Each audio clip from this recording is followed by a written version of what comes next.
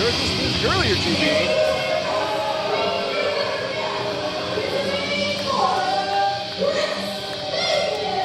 So Chris Pagan earlier tonight got a big win in his first match against T-Train, but he told a really powerful story, said he didn't come all the way out here to live in his van for a 5-minute match. So he did, of all things, he decided to challenge his trainer, and now they're really gonna have a match.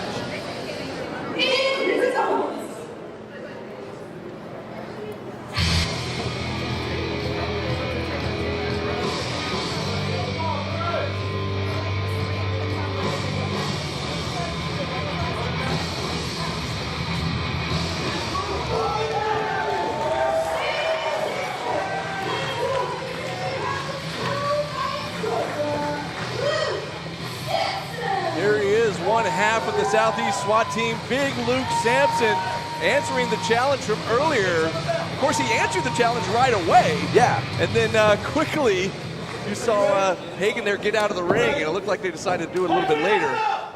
But here we go. Now Luke's in his gear. He's ready to go. I got to tell you, man, I mean, I know you're a teacher. You've done some things and taught people some things over time. Can you imagine your student getting in your face saying, look, I've not had enough. I really want to test myself. I want you right now.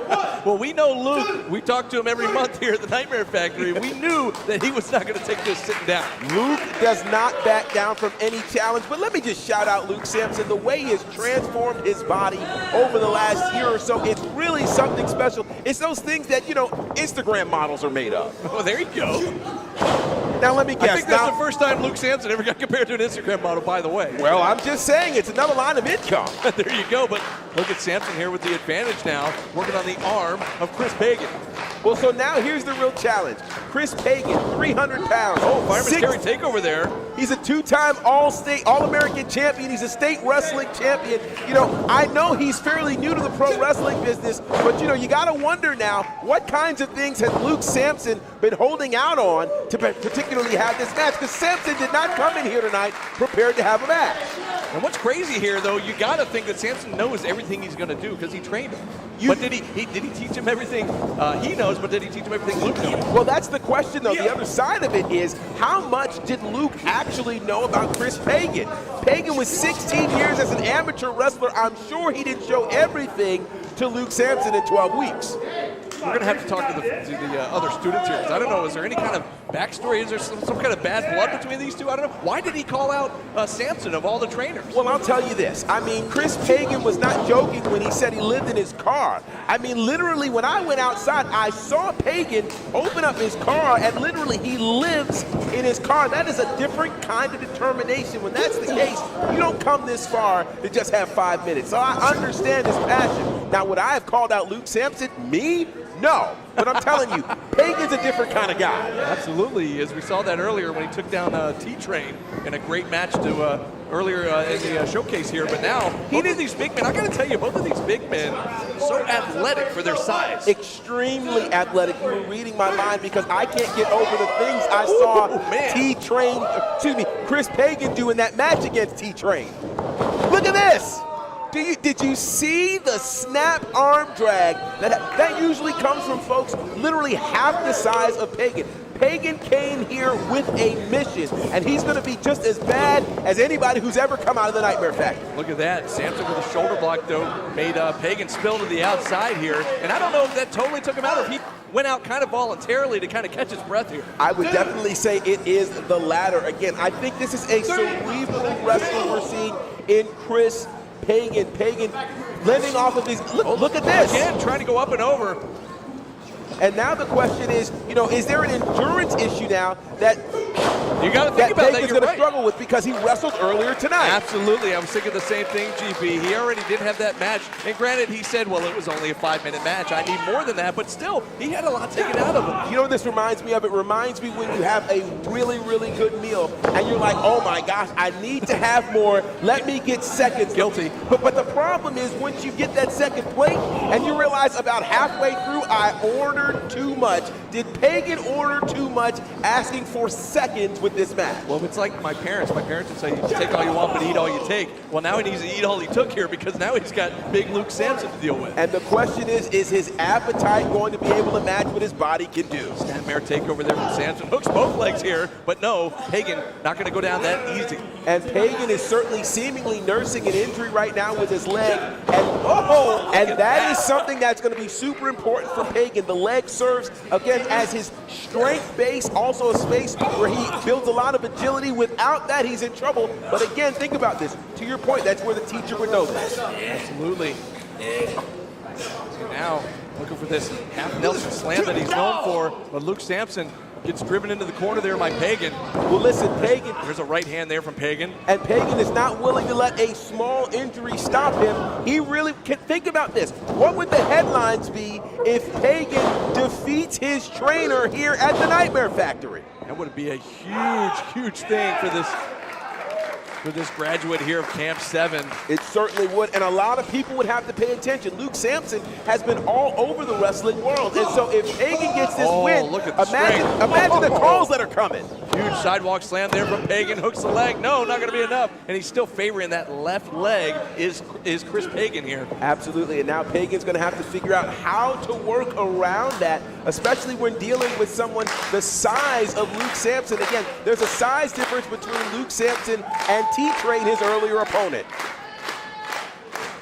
Crowd trying to get behind both these competitors here as they're putting on a heck of a match. Both men slow to get back to their feet. Sampson up first with the right hand, right to the side of the head there. Pagan has had so much taken out of him, but he still fires back with a right hand of his own and eats another one there from Luke Sampson. Absolutely, and you've got to give it to Pagan. He has lasted this long with his teacher, and they are going blow for blow. And at this point, looking for a discus lariat, but no, he got met with a boot there from Pagan and a huge spine buster from Chris Pagan, but he can't take advantage. Absolutely, again, that leg creating an issue for him. Here's a pin attempt here, but he might have taken him too long. He's holding that left leg still. That could come back to haunt him if this match doesn't go his way. Both men now reeling. Man, something's up with that left leg, GB. It's been worked over pretty badly in this matchup. And even with he's got to be thinking about his future here, GB. You don't want to do too much damage this early in your career. But look at this. He went moonsault again. Springboard moonsault with that bad wheel. Listen, the only part of his future he's thinking about is literally the next 2 seconds or the next 3 seconds in terms of how he can get a 3-second pin over his trainer, Luke Sampson. Sampson slow to try to get back up in the corner. He was able to avoid that moonsault. That would have been it if he would have hit it. It certainly would have. Oh, look out. Oh, huge clothesline there from the big man. And another one there from Sampson. And Sampson now getting ready to turn into another gear, but a reversal there from Pagan. Look out now. Oh, Pagan just ate the knee of Sampson and the discus punch from the BFD.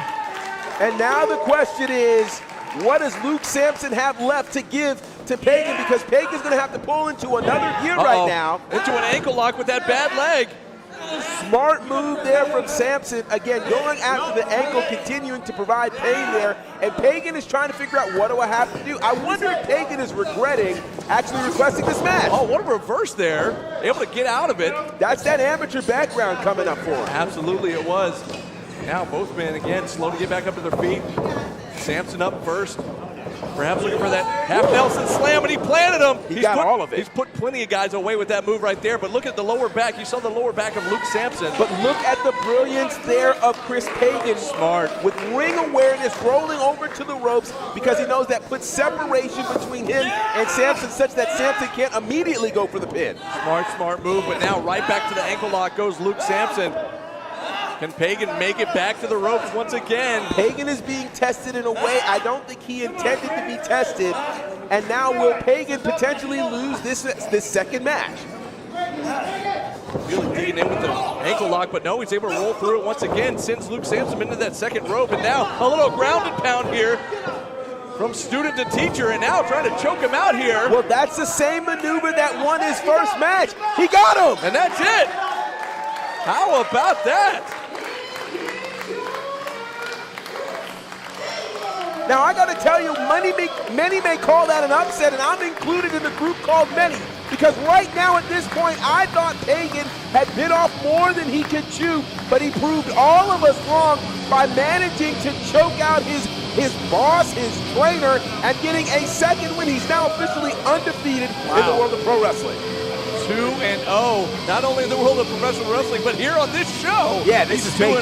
And how about that? Maybe it was a little rope-a-dope action. I don't know, because as soon as he locked in that choke, he was out. Well, that's the thing. I don't know that anybody is fully aware of the true power of Chris Pagan. We're going to have to be paying a lot of attention to this one because he just got a major, massive victory here. How about that? Undefeated 2-0 here tonight at the Student Showcase for Camp 7 at the Nightmare Factory.